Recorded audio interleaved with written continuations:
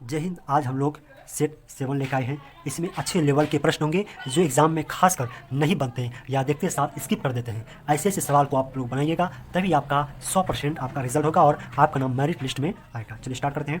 एक 45 सेंटीमीटर लंबी और 35 सेंटीमीटर चौड़ी आयताकार चादर के कोने में से 5 सेंटीमीटर की भुजा के 4 वर्ग काटे गए और बची हुई है चादर, उस चादर से एक खुला बॉक्स बनाया गया। तो इस बॉक्स का आयतन निकालना है। इस बॉक्स का आयतन कितना होगा? चलिए पहले हम लोग एक आयताकार चित्र बनाते हैं।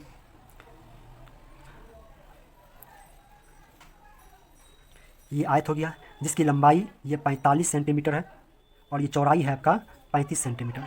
इसके प्रत्येक कोने से एक वर्ग बोला गया, काटा गया और 4 वर्ग है। तो 1 2 3 4 वर्ग है और वर्ग कटा गया जिसकी प्रतिभुजा कितना होगा? तो प्रतिभुजा 5 इसका, प्रतिभुजा इसका 5 है। तो इस पूछ रहा है कि जो काटने के बाद जो शेष बचा है, इस बॉक्स जो बना है उस बॉक्स का आयतन निकालना है। तो हम लोग जानते हैं कि जो बॉक्स है, बॉक्स का आयतन पूछेगा तो आयतन बराबर क्या होगा? लंबाई गुना चौड़ाई गुना ऊंचाई होता है। देखिए ये पूरा आपका 45 है, 5 ये कट गया, 5 ये कट गया, बचा कितना? तो आपका ये लंबाई हो गया यहाँ पे 5 5 10, तो 45 में से 10 हटा देंगे तो 35 हो गया मेरा लंबाई। अब चौड़ाई की बात करते हैं। चौड़ाई टोटल यहाँ से यहाँ 35 है, तो 5 ये कट गया आपका, 5 ये कट गया, शेष कितना बचा? 35 में 10 घटा दीजिएगा तो 25 हो जाएगा। तो लंबाई ये निकल गया, चौड़ाई इतना हो गया और ऊंचाई जो कितना निकल जाएगा? तो प्रत्येक ऊंचाई को दिया है 5 से, दिया 5 मीटर, बस यहाँ से निकाल लीजिए। तो बॉक्स का जो आयतन होगा, लंबाई 35 है गुना चौड़ाई 25 है गुना ऊंचाई 5 है। तो यहाँ से 35 गुना 25, 5 125, बस यहाँ से इसको गुना कर दीजिए। आप गुना कर दिएगा तो कितना होगा? तो 35 इंटू 100 प्लस का 25, तो 3500, 25 से गुना कर दिए, 25 5 125, 125 के 5 हासिल बचेगा 12, 12 बचेगा, 25 या 75, 25 या 75 और 10 85, 85 2 87, इसको जोड़ दीजिए। तो 5 7 कम 7, 8 5 13 3 हासिल बचेगा 1 3 1 4, यानी कि 4375, कितना? 4375 सेंटीमीटर क्यों इसका जो होगा बॉक्स का आयतन इतना आपका कम होगा। 4375 सेंटीमीटर क्यों होगा? 4375 सेंटीमीटर क्यों, जो क्यों होगा स्क्वायर में वो क्यों होगा ये। तो आपका ऑप्शन नंबर हो जाएगा आपका डी। चलिए नेक्स्ट सवाल। चलिए नेक्स्ट है, एक दुकानदार ने 10 पेंसिल के डिब्बे 100 रुपये प्रति डिब्बे की दर से खरीदे। तो 100 रुपया प्रति डिब्बे की दर से खरीदे, जिनमें प्रत्येक डिब्बे में 10 पेंसिल है, प्रत्येक डिब्बा में 10 पेंसिल है और प्रत्येक पेंसिल को 12% कितना? तो 12% के लाभ पर बेच दी। तो उसका विक्रय मूल्य निकालना होगा। उसको विक्रय मूल्य कितना होगा? तो 10 पेंसिल के डिब्बे 100 रुपये प्रति डिब्बे की दर से खरीदे। अच्छा, तो सीपी कितना हो जाएगा? 10 डिब्बे का दाम कितना हो जाएगा? तो 10 गुना 100, 1000 रुपया हो गया। तो टोटल क्रय मूल्य कितना हो गया? सीपी 1000 रुपया हो गया। अब कह रहा है कि प्रत्येक को 12% लाभ पर बेचा गया। तो लाभ कितना मेरा? 12% लाभ है। तो उसका कुल यानी कि इस कुल का जो है कुल का विक्रय मूल्य निकालना है 10 का। तो विक्रय मूल्य बराबर क्या होता है? विक्रय मूल्य बराबर होता है क्रय मूल्य 1000, 12% लाभ है तो 112/100। तो एक 2 जीरो से 2 जो कट गया, तो यहाँ से 1120 रुपया जो होगा उसका कुल विक्रय मूल्य होगा। ऑप्शन नंबर हो जाएगा बी। ये प्रश्न आपका जो है एमटीएस में पूछा गया था 2023 में। चलिए नेक्स्ट सवाल है आपका 11 7 10 13 9 का मानक विचलन निकालना है। इसका मानक विचलन क्या करते हैं? देखिए मानक विचलन निकालने से पहले सबको हम लोग क्या करते हैं? जोड़ते हैं, माध्य निकालते हैं। तो जोड़ दिए 10, तो 11 7 कितना हो जाएगा? 18, 18 10 28, 28 और 10 हो जाएगा 38, 38 3 41, 41 9 हो जाएगा 50। कितनी संख्या है? 5, 5 से भाग देंगे, मेरा माध्य निकल गया आपका 10 निकल गया। तो मानक विचलन जो होगा क्या होगा? तो 10 में से 11 घटाएंगे, इसका होल स्क्वायर करेंगे, जोड़ 10 में से 7 घटा के इसका होल स्क्वायर करेंगे, जोड़ फिर 10 में से 10 घटा करके इसका स्क्वायर करेंगे, जोड़ फिर 10 में से 13 घटा करके इसका स्क्वायर करेंगे, जोड़ प्लस का फिर 10 में से 9 घटा कर इसका स्क्वायर करेंगे। तो निकाल लेते कितना हो जाएगा? यहाँ पे एक हो जाएगा, प्लस का यहाँ पे हो जाएगा 3 3 9, प्लस का यहाँ पे 0 हो जाएगा, प्लस का हो जाएगा 3 3 का स्क्वायर 9, प्लस का यहाँ पे हो जाएगा 1 का स्क्वायर 1 हो जाएगा। टोटल कितना निकल जाएगा? तो 10 9 19 1 20 निकल गया, 20 निकल गया। ये 20 क्या निकला आपका? तो ये आपका निकल, देखिए मानक विचलन यानी स्टैंडर्ड डिविएशन बराबर होता है रूट अंडर जो होगा वह ईडी का होल मतलब सिग्मा डी का होल स्क्वायर बट एन कितना संख्या है? तो ये निकल गया आपका 20। तो 20 बट्टा कितना है संख्या है? 5 संख्या था, कितना? 1 2 3 4 5, तो 5 से भाग देना है और इसका रूट हो जाएगा। तो 5 चौके 20, तो रूट 4 का माना जाएगा आपका 2। तो इसका मानक विचलन हो जाएगा आपका 2, ऑप्शन नंबर बी।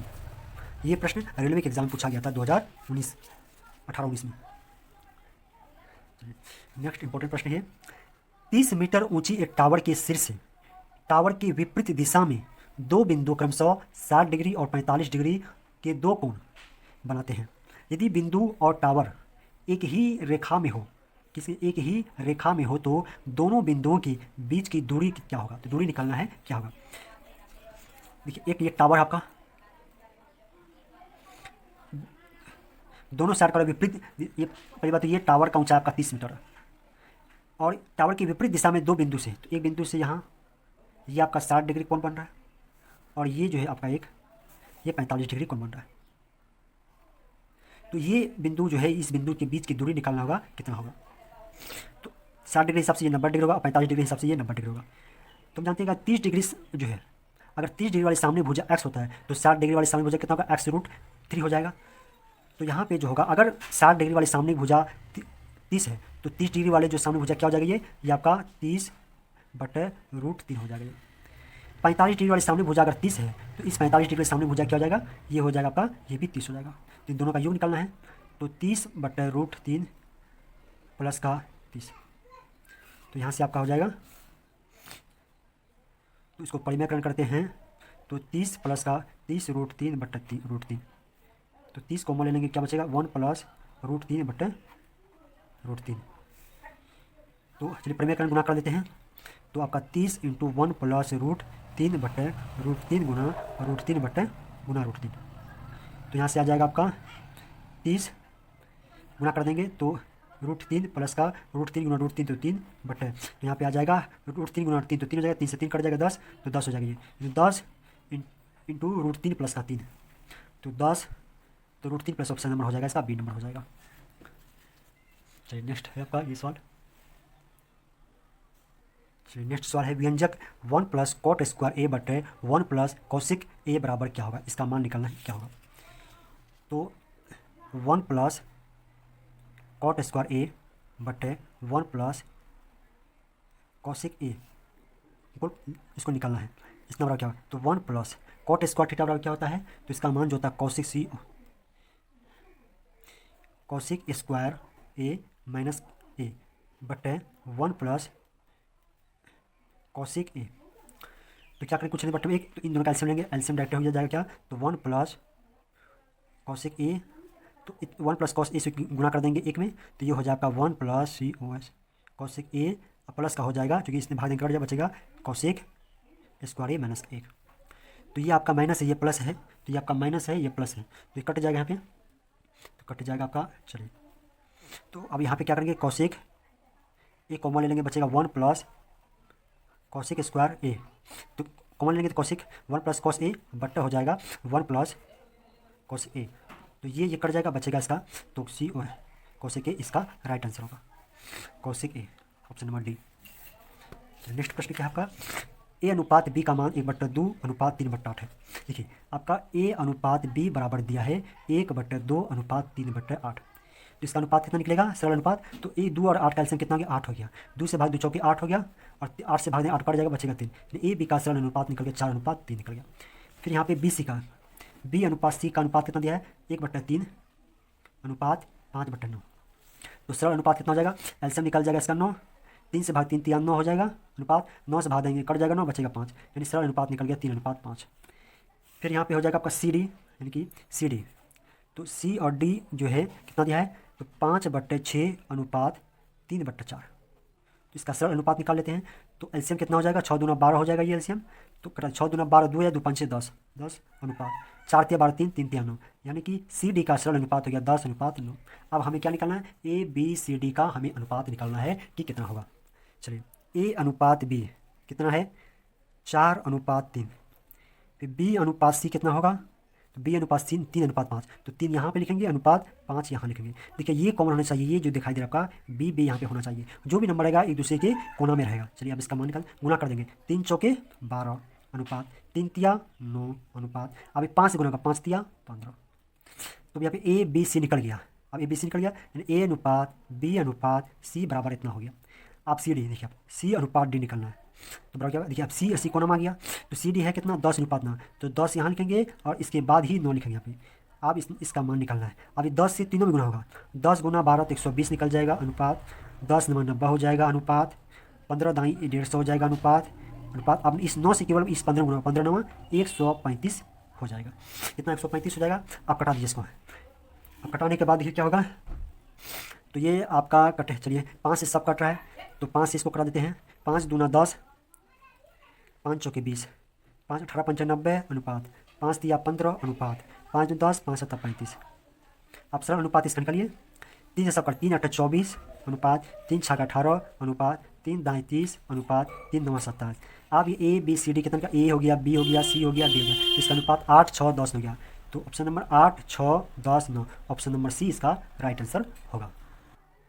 नेक्स्ट सवाल है, यदि ए और बी समीकरण एक्स स्क्वायर प्लस का एक्स माइनस 2 बराबर 0 है के मूल हैं, तो एक्स के पदों में वह द्विघात समीकरण ज्ञात करें जिसके मूल ए 1 बट्टा अल्फ़ा प्लस 1 बट्टा बीटा और अल्फ़ा गुना बीटा हो। तो इसका मान निकालना है। समीकरण क्या है आपका, एक्स स्क्वायर प्लस का एक्स माइनस 2 बराबर 0। तो इसका ए का मान 1 हो जाएगा, इसका बी का मान 1 हो जाएगा और सी का मान माइनस का 2 हो जाएगा। तो हम जानते हैं कि अल्फ़ा प्लस का बीटा बराबर होता है माइनस का बी बाय, तो माइनस का बी कितना है, माइनस बी का 1 है और बी बाय ए का मान हो जाएगा 1, तो हो जाएगा ऐसे -1। अल्फ़ा गुना बीटा बराबर क्या होता है, सी बाय ए, सी का मान कितना माइनस का 2 और ए का मान है 1, तो हो जाएगा माइनस का 2 हो जाएगा। ठीक है, तो अल्फ़ा प्लस बीटा -1 निकल गया, अल्फ़ा गुना बीटा का मान आपका -2 निकल गया। लेकिन प्रश्न में क्या बोला है, जिसके मूल 1 बट्टा अल्फ़ा प्लस 1 बट्टा बीटा और अल्फ़ा गुना बीटा हो, यानी हमको ये मूल भी निकालना है।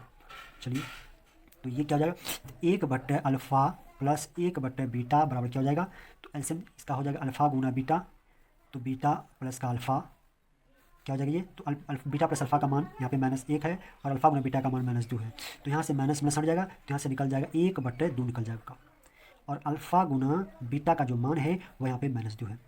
अब यहाँ पे ये दोनों चीज़ मेरा निकल गया, ये भी निकल गया और ये भी निकल गया। तो आप द्विघात समीकरण क्या होगा, द्विघात समीकरण का जो फॉर्मूला होता है वह एक्स स्क्वायर माइनस दोनों मूलों का योग, यानी कि दोनों मूलों का योग, तो दोनों मूल्य क्या होगा, तो एक मूल्य ये होगा आपका, ये एक मूल्य ये हो गया, इसका मान 1/2 है, जोड़ दूसरा मूल आपका ये निकला, दूसरा मूल ये -2, तो -2 तो माइनस हो जाएगा, तो ये माइनस हो जाएगा आपका इंटू एक्स, अब प्लस का मूलों का एक मूल कितना निकल गया, ये एक मूल हो गया 1/2 गुना दूसरा मूल हो गया ये -2, ये -2 बराबर 0। तो यहाँ से हो जाएगा आपका एक्स स्क्वायर माइनस, तो 2 दूना 4 में से घटाएंगे तो -3/2, तो +3/2 एक्स हो जाएगा ये, और 2 2 कट जाएगा तो ये माइनस तो माइनस हो जाएगा -1 बराबर 0। तो यहाँ से एक्स स्क्वायर क्योंकि 2 से गुना का सबका निकल 2x स्क्वायर प्लस का 3x माइनस का 2 से गुना का 2 बराबर 2 गुना 0 करेंगे 0, तो ये मेरा द्विघात समीकरण क्या बन जाएगा इसका, तो 2x स्क्वायर प्लस का 3x माइनस का 2 बराबर 0 इसका सही आंसर होगा। ऑप्शन नंबर हो जाएगा इसका ए नंबर। चलिए नेक्स्ट सवाल है, 200 मीटर ऊंची एक इमारत के शीर्ष और तल से एक मीनार के शीर्ष का उन्नयन कोण क्रमशः 30 डिग्री और 45 डिग्री है, तो मीनार की ऊंचाई हमको निकालना है। चलिए देखिए, एक इमारत ये आपका इमारत है और ये मीनार, चूँकि मीनार जो होगा इमारत से बड़ा होता है, तो इसको मिला दीजिए। तो इमारत का शीर्ष से कितना डिग्री कोण है, तो 30 डिग्री कोण है, इमारत का शीर्ष से यहाँ पे 30 डिग्री का कोण है, और जो इमारत है इसका जो तल है, इस तल से कोण 45 डिग्री है, तो 45 डिग्री का कोण तल से दिए हैं, ये 45 डिग्री।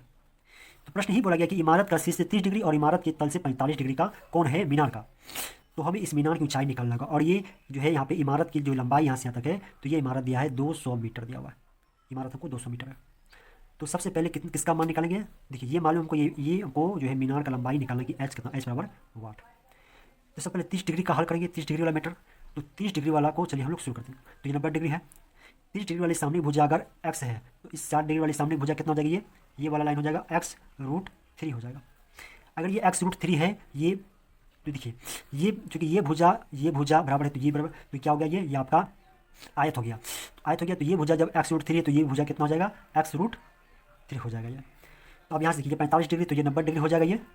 अगर ये 45 डिग्री है, तो 45 डिग्री वाली सामने भुजा अगर x√3 है, तो ये 45 डिग्री वाली सामने की भुजा कितना हो जाएगा, ये यहाँ से यहाँ तक, तो ये हो जाएगा आपका x√3, ये भी हो जाएगा आपका, ये भी यहाँ से यहाँ तक हो जाएगा। ये पूरा हो गया आपका x√3 है, ये पूरा x√3 है। तो देखिए अगर ये पूरा आपका x√3 है और यहाँ से यहाँ तक आपका ये x दिया हुआ है, तो यहाँ से यहाँ तक कितना होगा, तो x√3 में से ये x क्या करेंगे, घटा देंगे, और यह मान जो होगा मेरा यहाँ से लेकर यहाँ तक का होगा, मतलब यहाँ से यहाँ तक का मेरा मान निकलेगा x√3 - 3, और यहाँ से यहाँ तक का मान मेरा कितना है, 200 मीटर है, तो बराबर में 200 मीटर होगा।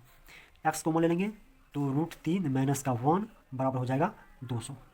एक्स का मान निकालना है तो एक्स बराबर हो जाएगा, तो उधर भागा में चल जाएगा 200 बट्टे तो √3 माइनस का 1, परिमयकरण कर दीजिए तो √3 प्लस का 1 बट्टे √3 प्लस का 1, तो यहाँ से आ जाएगा आपका 200 √3 प्लस का 1 बट्टे, तो a minus B into A plus B किसका मान है, तो ए स्क्वायर माइनस का बी स्क्वायर का मान है, तो ए स्क्वायर मतलब √3 का स्क्वायर 3 और 1 का स्क्वायर 1, 3 में से घटाएंगे 2, 2 आ जाएगा, 2 से घटा देंगे क्या हो जाएगा, तो 100 इंटू √3 प्लस का 1 मीटर, तो ये हो गया मेरा x का वैल्यू आ गया मेरा इतना, तो x का वैल्यू मेरा 100 √3 प्लस का 1 मीटर हुआ। तो क्या निकालना को, ये मीनार की ऊंचाई निकालना है कि ये मीनार कितना ऊंचा है। देखिए कितना इंपॉर्टेंट प्रश्न है कि ये मीनार की ऊंचाई को निकालना है कि ये कितना है। तो x यहाँ से आता x हो गया, अब ये x का वैल्यू रख देंगे किसमें, तो इस वाला में x का वैल्यू रख देंगे, इसमें इस जो है यहाँ पे इसमें x का वैल्यू रख देंगे, तो यहाँ पर जब वैल्यू रखेंगे x का तो ये हो जाएगा आपका 100 √3, चलिए यहाँ पे जगह नहीं है, यहीं पे बनाते हैं हम लोग, चलिए ये पूरा कितना है x √3, तो 100 इंटू √3 प्लस 1, ये x का हो गया, पूरा x √3 था तो गुना √3 से गुना कर देंगे, तो यहाँ से हो जाएगा 100 √3 इंटू √3 प्लस 1 मीटर, इसका सही आंसर होगा। ऑप्शन नंबर हो जाएगा इसका ए नंबर। बहुत ही बेहतरीन प्रश्न था, ये प्रश्न CGL में पूछा गया है 2022 का। चलिए अब हम लोग चलते हैं नेक्स्ट सवाल, ये प्रश्न SSC का पूछा गया था।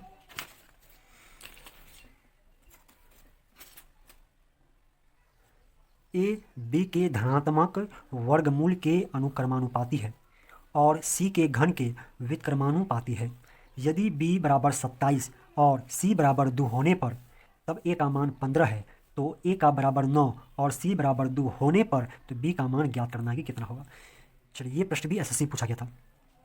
अब a b के धनात्मक वर्गमूल, अच्छा तो a हो गया और सम अनुक्रमानुपाती यानी इसके अनुक्रमानुपाती है, इसके अनुक्रमानुपाती जो है आपका b है और c के घन के व्युत्क्रमानुपाती है। a जो है c के घन के व्युत्क्रमानुपाती यानी कि c के घन के व्युत्क्रमानुपाती हो गया a, तो a के सम अनुक्रमानुपाती जो है आपका ये b जो वर्गमूल है धनात्मक वर्गमूल होगा और a के व्युत्क्रमानुपाती हो गया c का घन। यदि b बराबर 27 और c बराबर 2 होने पर a का मान 15 है, यानी कि अगर a 15 है तो इसके समानुपाती जो होगा रूट b के जो b है b कितना है आपका b 27 है, तो रूट अंदर 27 इसके हिसाब से चल रहा है होने पर, और c 2 होने पर यानी b 27 है c 2 है तो a 15 है, तो c क्या होगा, तो c हो जाएगा इसका व्युत्क्रमानुपाती यानी c का घन है तो 2 का घन हो जाएगा कितना, 2 का घन हो जाएगा 8। ठीक है, यहाँ तक क्लियर है। यदि तो a बराबर 9, देखिए अगर a b के समानुपाती है तो c के जो a है c के व्युत्क्रमानुपाती है c घन, बस इसी कंडीशन को यहाँ हम लोग कंप्लीट कर रहे हैं, तो a के समानुपाती हो गया और a के व्युत्क्रमानुपाती हो गया c। यदि यहाँ पर करा अगर a 9 हो और c 2 हो तो b निकालना है, अगर a बट्टे अगर नीचे लिखते a अगर 9 है c 2 है तो c नीचे था तो c ऊपर हो जाएगा गुना 2 का क्यों होगा 8, तो b जो था वो नीचे हो जाएगा तो हो जाएगा आपका रूट b, क्योंकि अब इसके देखिए अब अगर a नीचे है तो c ऊपर होगा, क्योंकि अगर फर्स्ट में देखिए अगर a ऊपर था तो आपका b ऊपर था तो c नीचे था, लेकिन जब a नीचे होगा तो b भी नीचे और c ऊपर होगा, तो ये दोनों आपस में बराबर, बस इसको हल कर दीजिए। 8 से 8 कट गया, 3 तिया 9, 3 पचे 15, अब गुना कर दीजिए तो 5 रूट b बराबर 3 रूट 27, हमको रूट b का मान निकालना है, तो रूट b बराबर हो जाएगा 3 रूट 27 बट्टे 5। अब दोनों तरफ जो है इस स्क्वायर बोथ साइड स्क्वायर करने पर स्क्वायर करेंगे इधर भी और स्क्वायर इधर पूरा होगा, तो इस रूट b का स्क्वायर तो b हो जाएगा, इसका स्क्वायर करेंगे तो 9 गुना 27 बट्टे 5 का स्क्वायर 25। अब गुना कर दीजिए 9 7 63, 9 7 63 का 3 हासिल बचेगा 6, 9 2 18 6 24, 243 बट्टे 25 इसका राइट आंसर होगा। ऑप्शन नंबर हो जाएगा इसका 243 और 25, ऑप्शन नंबर बी इसका आंसर होगा। बहुत अच्छा प्रश्न था ये SSC जो है CPU पूछा गया था प्रश्न। चलिए नेक्स्ट है ये प्रश्न, केंद्र O वाले वृत्त में AB और CD व्यास के एक ही पक्ष, देखिए एक ही पक्ष में 2 समांतर जीवाएं हैं। चलिए पूरा वृत्त बड़ी हो जाएगा 6 ये हो जाएगा, ये पूरा 18 तो 9 ये हो जाएगा 9 ये हो जाएगा, तो यहाँ से इसका हम लोग त्रिज्या निकालते हैं कि इसका त्रिज्या कितना होगा, त्रिज्या ही पूछा कितना गया, तो इसको मान लीजिए x मान लीजिए, इसको मान लेते हैं हम लोग x मान लेते हैं, ये O बिंदु है, तो आपका ये इस वाला में हम त्रिज्या निकालते हैं ये r, तो ये त्रिज्या मतलब कि कर्ण स्क्वायर बराबर क्या होगा, तो कर्ण का स्क्वायर बराबर आधार का स्क्वायर यानी कि लंब का स्क्वायर x स्क्वायर प्लस का 9 का स्क्वायर 81 हो जाएगा। अभी इस वाला का हम लोग त्रिज्या निकालते हैं, क्योंकि त्रिज्या क्या है, वृत्त का समांतर, ये आगे निकालेंगे ये वाला। तो इसका मतलब इस त्रिज्या का होल स्क्वायर बराबर होगा, मतलब कर्ण का स्क्वायर बराबर होगा। तो ये पूरा कितना लंब आपका x+3 है, तो लंब का स्क्वायर जोड़ आधार कितना 6, 6 का स्क्वायर 36 हो जाएगा। आप दोनों त्रिज्या के आपस में सब बराबर होता है, तो अब यहाँ से लिख सकते हैं कि x² प्लस का 81, तो ये दोनों जब बराबर है तो ये दोनों आपस में बराबर होगा, तो हो जाएगा यहाँ पे x+3 का होल स्क्वायर प्लस का 36। तो यहाँ से आ जाएगा आपका x² प्लस का 81 बराबर a² प्लस का b² प्लस का 2ab, 6x प्लस का 36 है। तो ये x² कट जाएगा, तो 36 और 9 कितना हो जाएगा, तो 45, 45 इधर आ जाएगा, यानी 81 घटा 45 बराबर हो जाएगा उधर 6x हो जाएगा। तो 11 में से 5 घटाएंगे 6, और यहाँ बचेगा 7 में से 4 घटाएंगे 3, तो 36 बराबर हो जाएगा 6x। 6 से 6 कटा दी, x का मान निकल जाएगा मेरा 6। तो त्रिज्या निकालना है कितना होगा, तो इसका मान हम लोग r रख देते हैं, तो r² का मान कितना था यहाँ पे x², यानी x² प्लस का 81, तो x का मान 6, 6 का 36 प्लस का 81, तो 6 1 7 हो जाएगा और 8 3 11 हो जाएगा। तो ये आपका 100 आपका 17 जो निकले 117 है, तो हमको क्या निकालना, r निकालना, इसलिए r बराबर हो जाएगा, तो इधर रूट हो जाएगा 117 पे, तो यहाँ से निकल जाएगा आपका 13 9 117, 13 गुना 9 का रूट हो जाएगा ये, तो यहाँ से यहाँ निकल जाएगा आपका 3√13 जो होगा सेंटीमीटर, इसका त्रिज्या निकलेगा। ऑप्शन नंबर हो जाएगा डी इसका राइट आंसर। गांव घर में रह के वीडियो बना रहे हैं आप लोग, बाहर का आवाज़ बहुत आ रहा है, आप मैनेज करिएगा। चलिए कंटेंट पे ध्यान दीजिए। सोनाली ने एक स्कूल में साइंस टीचर की नौकरी के लिए अप्लाई किया था। नौकरी के लिए परीक्षा में उसने फिजिक्स में 8, केमिस्ट्री में 8 और बायो में 6 और साक्षात्कार में 6.5 6.5 अंक प्राप्त किए। ये क्वेश्चन पिछले एसएससी एग्जाम पूछा गया है कि फिजिक्स में 8, केमिस्ट्री में 8, बायो में 6 और साक्षात्कार में 6.5 अंक प्राप्त किए। जो फाइनल स्कोर हुआ, तो फाइनल स्कोर की गणना के लिए क्रमशः 2, 3, 3 एवं 4 का वेटेज जो है फिजिक्स में, केमिस्ट्री में, बायो एवं साक्षात्कार को दिया था। तो इस वेटेज औसत अंक निकालना है कि इसका वेटेज औसत अंक कितना होगा। देखिए बहुत इंपॉर्टेंट प्रश्न ये पूछा गया है। तो ये आपका फिजिक्स हो गया, केमिस्ट्री हो गया, बायो हो गया और इंटर भी हो गया। इसमें फिजिक्स में 8 अंक था, केमिस्ट्री में 8 अंक, बायो में 6 और साक्षात्कार में 6.5 था। और इसके लिए जो वेटेज दिया गया है, तो फाइनल स्कोर का जो वेटेज दिया है, इसका वेटेज दिया गया है फिजिक्स का 2, केमिस्ट्री का 3, बायो का 3 और साक्षात्कार का दिया गया है 4। तो इसका हमको वेटेज औसत अंक कितना होगा, इसका वेटेज औसत अंक हमको निकालना है कि कितना होगा।